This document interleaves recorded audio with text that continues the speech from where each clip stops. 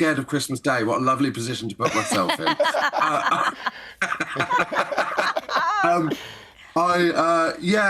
It's so out of my comfort zone, but that's why it's great, right? It's because it's something I've never done anything like this.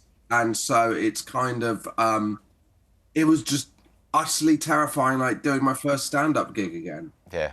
Hopefully, it won't take me 15 years to get to the top of dancing in the same way it has with comedy. But, it's going to be a long journey to get there. Josh, you've got a really successful podcast about 90s football, right? But where do you figure alongside Tony Adams and Paul Merson?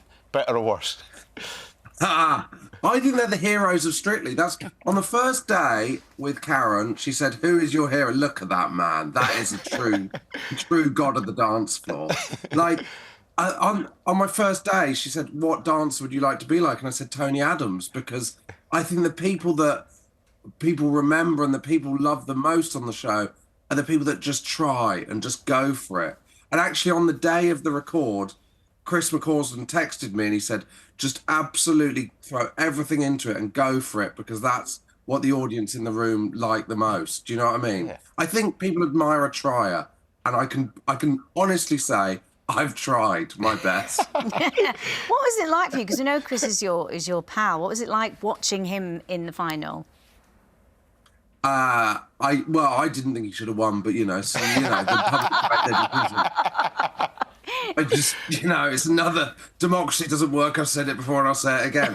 No, he's just the standout star of the series. He was incredible. I think, and I did Last Leg, which is obviously highly tied up with the Paralympics, and it's easy to fall into kind of slightly patronising cliche of like he's done it despite this, or do you know what I mean? He's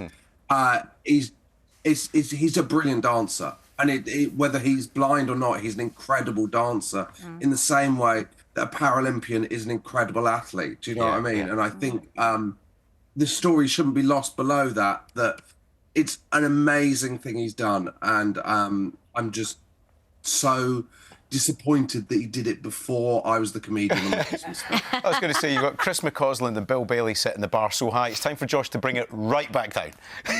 Let's remember that Chris Ramsey didn't make the final. Can we focus, please, on that? Yeah. Josh, would you do the real series if... Well, obviously, is the money right? This is the real series. The Christmas one's what it's all about.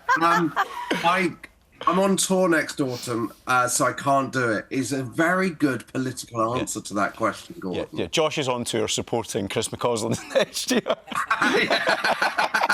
It's the only way I can play the big venues these days. Tell us about your tour, Josh. Tell us about it. It's called Not My Cup of Tea, and it is out on tour from next autumn. And often people, when they're promoting their stand-up tours, they'll go, it's about this or that. It's not about anything. It's 70 to 80 minutes, depending on the amount of laughs I get that night, of the best stand-up that I can do. I went to see Ed Gamble recently, and it was just a really, really funny, 65 minutes, but let's not pick hairs. And I thought, you know what? That is absolutely what I want to do as stand-up, is just the funniest stand-up set I can do. So people ask you what your tour's about. Absolutely nothing. And that is what stand-up should be about.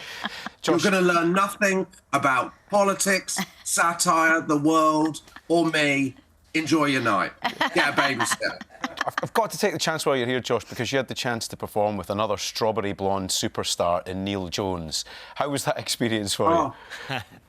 What a lovely man. Absolutely.